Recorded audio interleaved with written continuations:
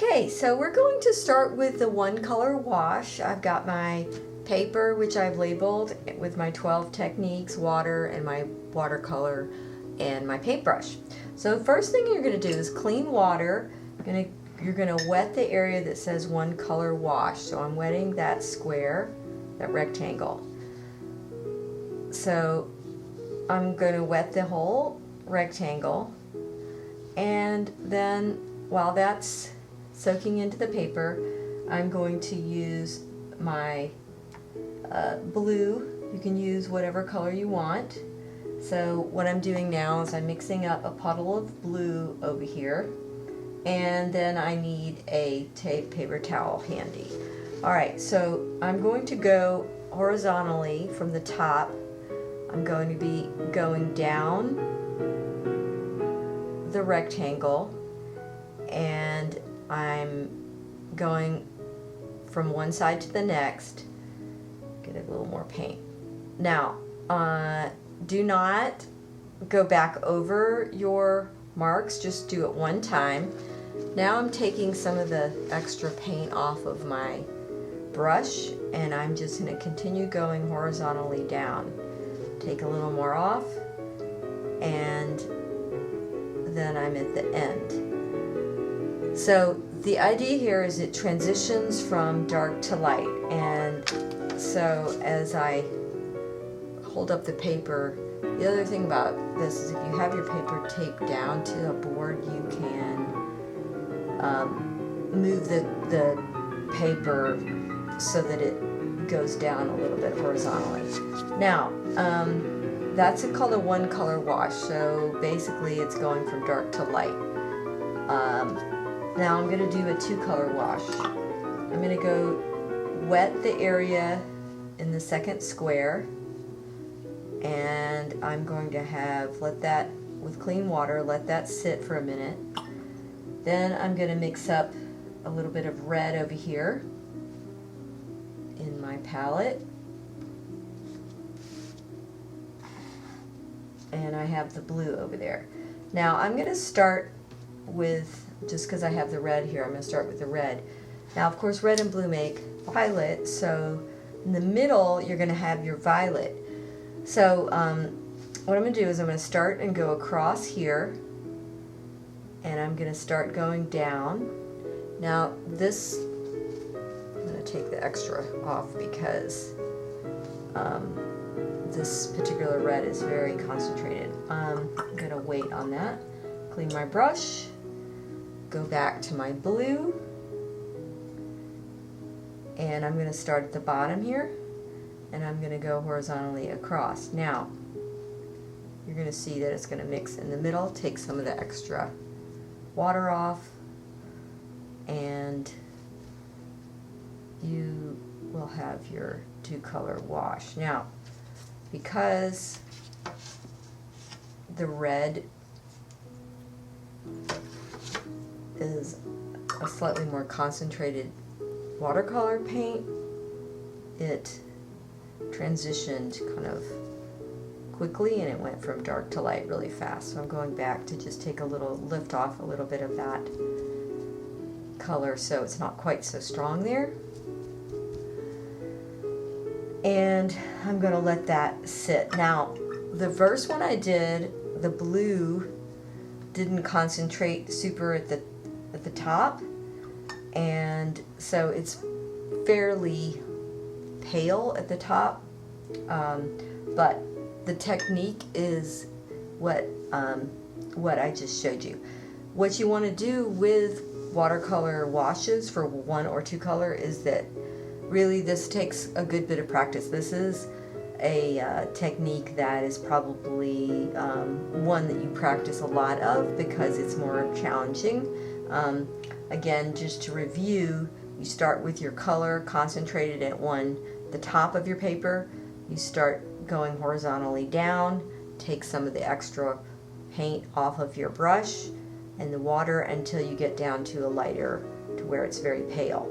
The two color, you start with one color, wash your brush, then start with your second color until you have them mixing in the middle.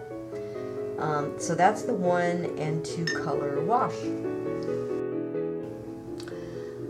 Alright, this technique I'm going to do now is the dry brush on dry paper.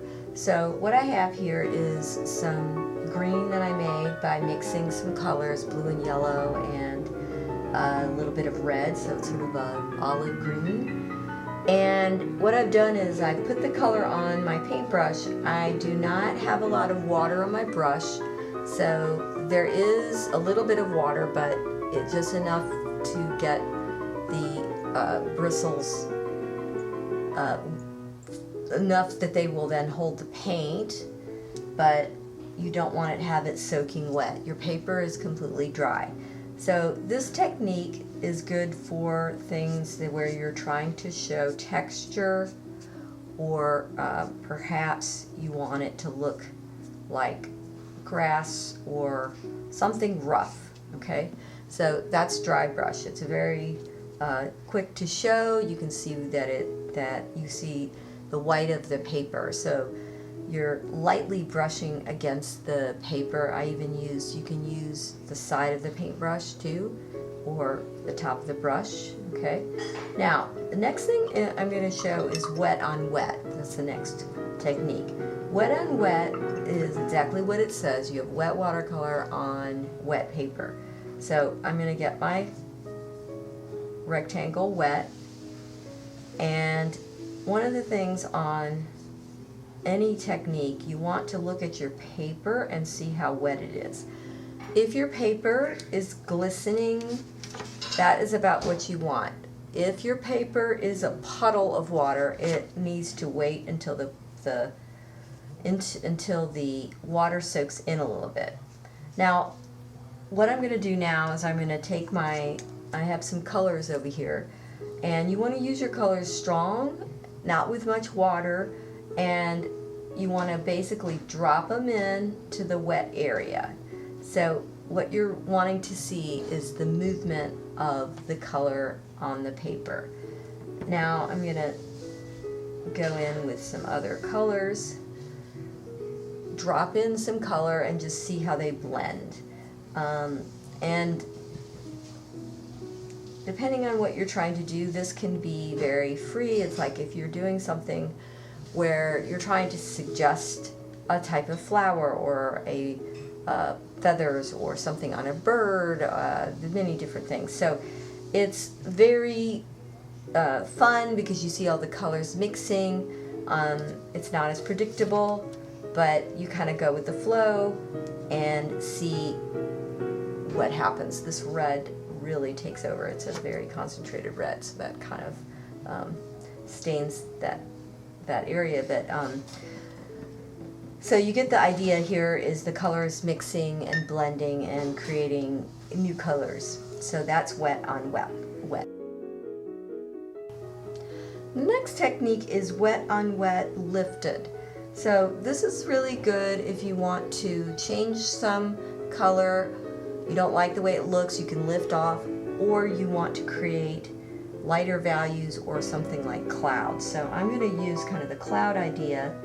So I've got some blue over here, and I'm going to get my area wet. I don't want it to be puddle wet. I want the water to be glistening but not puddly. So sometimes you have to let the paint the water sit for a minute to soak in. So I'm going to wet that area. While I'm wetting that, I want to talk also about the next one, which is salt on wet watercolor. So the salt on the wet watercolor is, the salt is a technique. I've got some kosher salt here, coarse salt. And so I'm going to use that. It creates, the salt crystals create marks on the watercolor, and it can be something you could use for a particular area that you're trying to create dotted marks, sort of like it might be on a rocky coast or something like that. So alright, so the wet on wet lifted. Okay, so my water is now soaked in.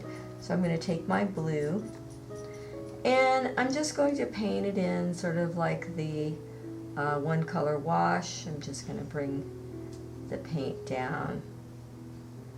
Maybe I'll just, for fun, add a little bit of another color. Okay, so here's my area that I'm painting, which is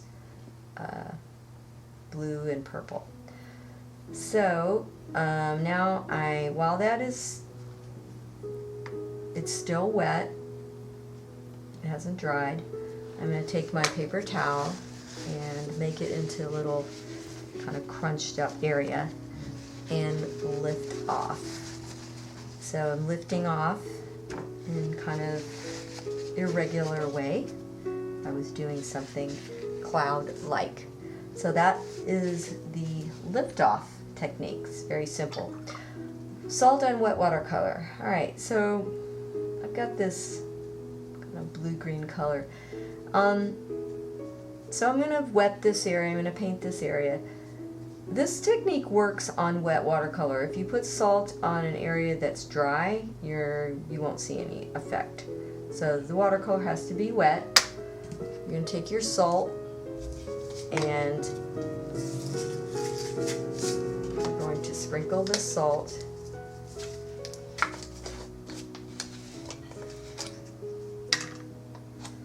Okay, this is actually, salt is not open yet. Okay, so didn't realize that.